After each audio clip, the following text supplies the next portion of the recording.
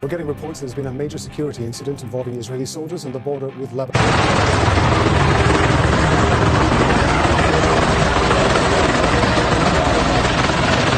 In Hezbollah in southern Lebanon. First, we're going to go to Stephanie Decker in Amman. She's in the Jordanian capital because the Israeli government banned Al Jazeera from reporting from inside Israel. Steph, what more do we know about what's happening?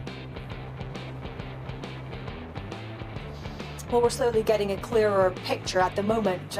You have around 20 ambulances waiting in the north of Israel to receive Israeli soldiers. They're being evacuated from the Lebanese border area by helicopter. Now, other than that, it isn't clear. We do know that in the morning there were various rocket barrages to that area from Lebanon into Israel. Of course, this is the border area where you have that buildup of Israeli troops. You also have two confirmed statements, one by the Israeli military saying that there were intense clashes in the border between Israeli soldiers and Hezbollah forces, and that has also been confirmed by Hezbollah. So it seems like it's the first face-to-face incident since the launch of the ground operation. And certainly, as we've been reporting, Israel really has the upper hand when it comes to firepower from the sky. But it was always going to be Hezbollah that had the strength of the upper hand when it came to any potential ground invasion. This is their territory. And certainly it seems in what is potentially the first face-to-face confrontation that Israel has sustained heavy casualties. Stephanie, thank you very much indeed. I understand, of course, you and the teams are going to be checking out to find out more information about this. But for now, Stephanie Decker in Amman, thank you. Imran Khan's joining us from Hezbollah in southern Lebanon. In southern Lebanon, of course, Imran, the scene of many Israeli attacks over the last few days.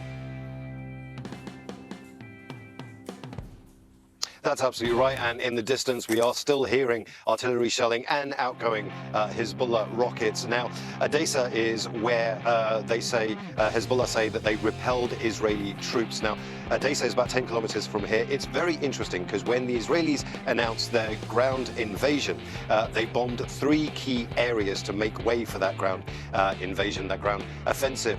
Edessa was one of them. This is a key choke point when it comes to Hezbollah and Israel. And now we're hearing that there were reports of the first face-to-face fighting going on there. Hezbollah say they pushed those Israeli forces back. But there are 2 more incidents that I just want to talk to you about as well that Hezbollah have confirmed. One is in a large infantry force that they say they bombed with rockets in the settlement of Maskaf Am, and they say they achieved a direct and accurate hit. The second one is against a Israeli enemy forces gathering, they're calling it, in the Shamera barracks in northern Israel, which they hit with a missile salvo, and once again say they have achieved a direct hit. So Hezbollah very much fighting back. For the Edessa in particular, this is going to be seen as a victory for Hezbollah because they had their first face-to-face fighting and they repelled those Israeli soldiers back. Imran, there's been a lot of speculation, of course, over the last few days, how much damage has been sustained by Hezbollah in terms of its military capabilities, particularly in the south. What does the fighting look like there? Well, it still seems to be rockets and missiles from Hezbollah and artillery and airstrikes from Israel. But remember, this has been going on since October the 8th. Between October the 8th and 11 months later, Israel said it only hit about 10% of Hezbollah's capability.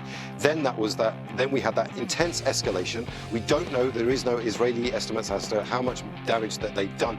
But Hezbollah says very clearly that it still has long-range missiles capable of hitting Tel Aviv and further out. It also has a very large arsenal that it says they haven't used yet. Now, this is going to be interesting in the coming hours, the coming days, because of that Iranian attack on Tel Aviv using ballistic missiles.